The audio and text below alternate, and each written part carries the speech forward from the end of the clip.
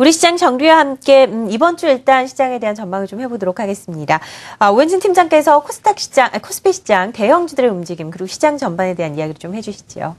네, 일단은 이벤트 결과부터 한번 확인을 해보자면 네. 주말에 있었던 G20 재무장관 회의가 끝났습니다. 여기서 테이퍼링에 대한 언급이 어떻게 나오는지에 따라서 주가가 영향을 받을 수 있었는데 일단 미국 같은 경우에는 신흥국 위기는 자체적으로 해결해야 한다라는 주장을 펼쳤지만 결과론적인 결과로는 신중한 조정과 명확한 소통을 통한 통화정책의 합의를 이루면서 일단은 신흥국의 불안이 잠깐 수면 아래로 가라앉지 않았나 이렇게 생각을 하고 있고요. 그렇기 때문에 앞으로는 또다시 미국 경제지표의 시장에 관심이 좀 주목될 것으로 이렇게 생각이 되고 있습니다.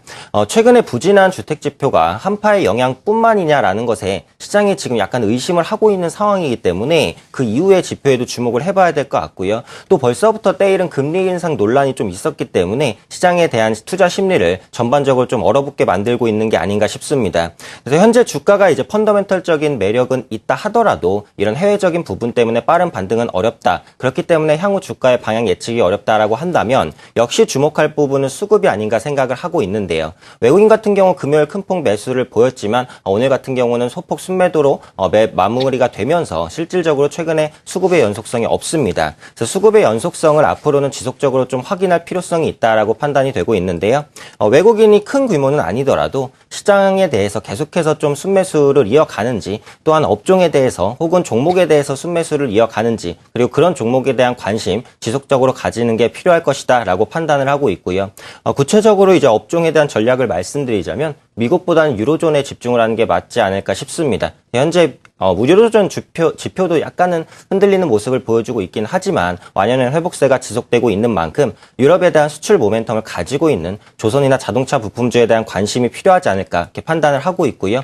구체적인 종목으로는 조선주는 펀더멘털적인 매력을 가지고 있는 현대중공업 그리고 수주 모멘텀이 살아있는 대우조선해양이나 자동차 부품주로는 중국과 유럽에 대한 기대가 되고 있는 한일리화나 아니면은 저평가 매력이 현재 좀 있다라고 판단되고 있는 현대모비스에 대한 접근 괜찮지 않을까 생각하고 있습니다. 네, 엔화와 관련된 이야기들이 많이 나오고 있는 시점입니다. 완성차 업체들 그리고 자동차 부품주 관심을 가지자라는 오현진 팀장 얘기 들어봤고요. 허윤정 연구원께서는 코스닥 시장 어떻게 예상하시나요? 네, 지금 코스닥 같은 경우에는 지수가 200일선에서 좀 걸쳐지는 모습을 보였고요. 오늘은 음봉이 발생하면서 일정 부분 속도 조절에 나선 것으로 좀 해석은 해볼 수 있을 것 같습니다. 이번 주 들어서 코스닥 시장의 가장 중요한 이슈라고 볼 수 있는 것은 내일 발표 예정인 박근혜 정부의 경제개혁 관련된 3개년 정책이 될 텐데요. 이미 연초에 어느 정도의 윤곽을 통해서 다 전달이 된 내용이기는 합니다. 지금 내수 쪽에 상당히 포커스가 맞춰질 것으로 예상을 하고 있고 그에 따라서 일부 서비스 관련된 산업이라든지 헬스케어 그리고 일자리 창출 관련된 종목들 더불어서 박근혜 정부가 지금 부동산 매매 활성화에 굉장히 공을 들이고 있는 상황이기 때문에 이 부동산 경기 활성화와 관련돼서도 상당 부분의 그 내용들이 좀 집중될 것으로 전망을 하고 있습니다. 그와 관련돼서의 건설주들이나 일부 또 이런 건자재, 인테리어, 리모델링 관련된 종목들도 관심 있게 좀 지켜보실 필요가 있어 보이는데요.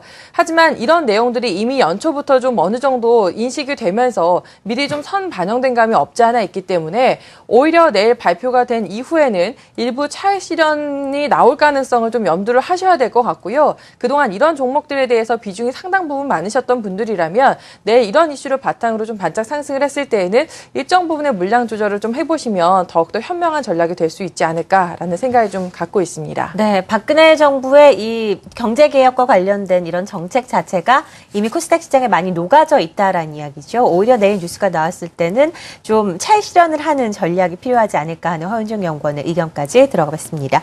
CT인베스트 오현진 팀장 그리고 한국투자증권 이프렌드예요. 허윤정 연구원과 함께 오늘 시장 정리해봤습니다. 고맙습니다.